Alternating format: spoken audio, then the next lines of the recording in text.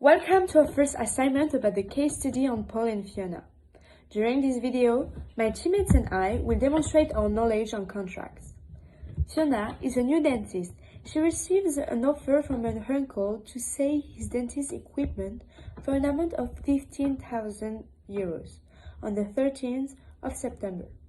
Although the uncle Paul has already received an offer from one of his colleagues, he told Fiona that he would like to have an answer rather rapidly. Fiona didn't have that much amount of money at that moment. Therefore, she asked Paul to wait until December.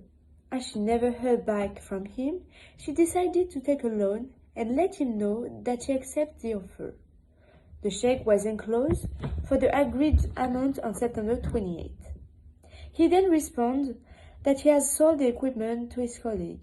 In this case study, we were able to identify an offer and a conditional acceptance, but not a consideration that benefit both parties involved.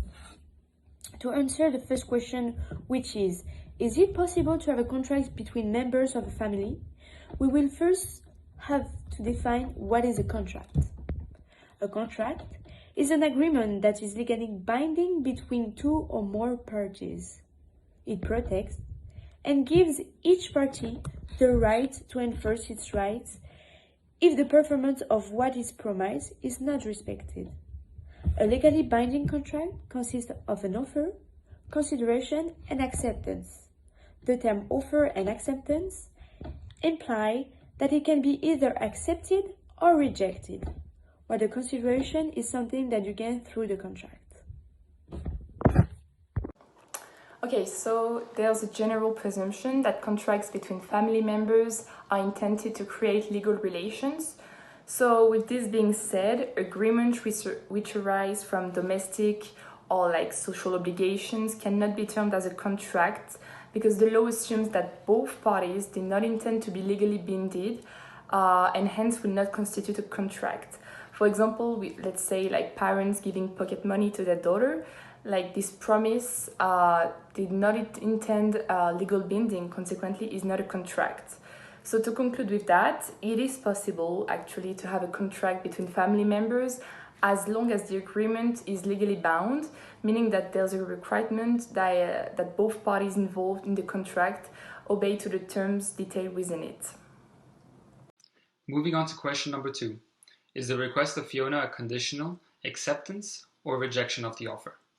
So in this case, Fiona is keen to take advantage of her uncle's offer, but she is unsure whether she can pay and raise such a large amount of money by the end of September. She thus phones her uncle to find out whether she can have until after Christmas to pay. Unfortunately, her uncle does not respond to the phone call at that time. So Fiona's response to the offer is uncertain. This is because although she does want the offer, she sets a certain condition, which is to pay until Christmas. Acceptance of a contract has always got to be clear. According to the mirror image rule, it states that an offer must be accepted exactly with no modifications. Since Fiona's response includes changing the terms of the contract, the offer constitutes as a counteroffer. A counteroffer is a response to a previous offer with modifications and is usually regarded as a rejection of the offer.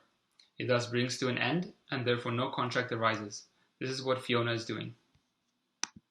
Now, moving on to the third question, which is, has the offer elapsed before Fiona accepts it? Also, in this case, Fiona seems to be interested in the offer made by her uncle, but she does try to ask for another offer by demanding to pay until after Christmas instead of until at the end of the month of September. And so the thing is, by modifying the terms, she's actually making a counter-offer. And as we have learned, making a counter-offer automatically rejects the first offer and consequently demands a new acceptance by the other party under the new terms. This means that her uncle's first offer has ceased to exist and therefore can't be accepted anymore in the future. So, well, as a conclusion, even though Fiona ends up agreeing to the original terms, well, the offer has already elapsed. There is no valid contract between Paul and Fiona. Indeed, because the deal has been made by two family members, we assume there is no legal agreement behind this. Even though Paul told Fiona that he would be willing to sell her equipment for 50,000 euros, even if Fiona was keen to take advantage of this offer, she wasn't sure of being able to raise this amount of money before the end of September. No mutual obligations to sell back the equipment were made. Although there is no valid contract, Paul has broken it. It will seem like it is a valid contract, but because the offer is not valid, it is not a valid contract.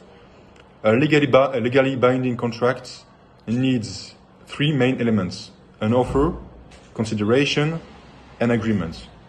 In that way, if one part is not clearly explicit, then there is technically no contract. No valid offer and therefore no valid contract. That is what we will advise Fiona. Is there a valid contract between Paul and Fiona? So to start with, a contract is not complete until the parties have agreed on all essential terms, a term without which the contract can obviously not be enforced. In our case, in this case study, with Paul and Fiona, the date of the payment hadn't been agreed between those two people, and therefore the contract could not be complete. Indeed, if a contract is incomplete or uncertain, then it may be found to be unenforceable and won't result into any binding contract. This appears to be the case with Paul and Fiona. Then moving on to the acceptance part. There was no expression at all of willingness from Paul to be legally bound by the offer in the matter and on the terms indicated by Fiona. Nevertheless, the acceptance must be absolute and unconditional by corresponding 100% with the terms of the offer, which was not, as soon as Fiona asked to postpone the payment deadline. So by making this counter offer, Fiona automatically rejected the prior offer and required an acceptance under the terms of the counter offer that she had just made, or there could not be any contract. So to conclude, there is no valid contract between Paul and Fiona. So what should Fiona do with 15,000 bucks from a loan and no dental equipment? So in a nutshell, what we'll advise her to do is to basically do what she had planned to do, which is buy some dental equipment elsewhere and start working soon so the bank's interest from the loan don't get too high. We know that she's a newly qualified dentist, so if she doesn't have a job yet with all the information, hopefully she'll find a job soon enough to start working quick.